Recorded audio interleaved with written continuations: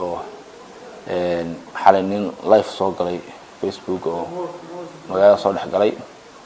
ninkaas oo ay ugu qornayd Abuukar runtii hal qodob baan ka oranayaayo de wadanka ninkaasi uu iska soo galay isagoo dhinaca Soomaaliya ka yimid dalka amar la'aan iska soo galay ujeedada la'aan iska yimid runtii aad baan uga xumahay in uu furxooyinkaas deegaanka geysto saad ogtiin halkan waa Jamhuuriyadda Somaliland gobolka Sool waxa runtii la socnood waa meel kamid ah ama dhul kamid ah Somaliland wax aan siyaasadda Somaliland ahayn iyo waxaan calanka tawxiidka la ilaaha illa Allah Muhammad rasuulullah ku taal ahayn halkan laga ma ogola halkan dhaqan xumo laga ma ogola halkan hablo intii la soo sawiro oo la dhex fadhiisto oo laga ma ogolo diinteena islaamka inaga mamnuucday cid kasto isaga la mid ah iyo cid kasto noociisa ah waxaan uga digaynaa inay ujeedada la'aan halkan iska timaado oo intay shirar waaweyn oo balansato boqolaal qof community ay tiraahdo community meelaha kala hadlay publica meesha dawladda ka jirta nidaam baa ka jira wuxuu leeyahay irid laga soo galo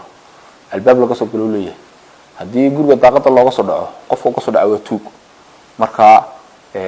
in laga soo galo leeyahay nidaam buu leeyahay marka la soo galiyo deegaanka la imaanayo marka la doonayo in barnaamijyo weyn lagu qabsado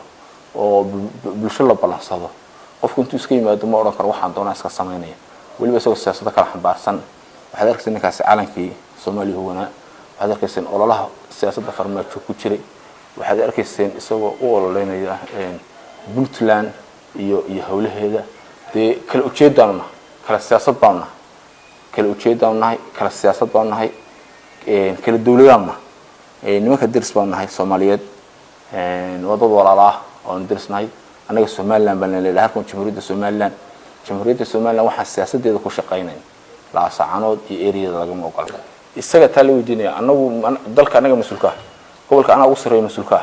la ima soo sheegin isagoo live kaga jira suuqa oo maqaxya booqanaya baan arkay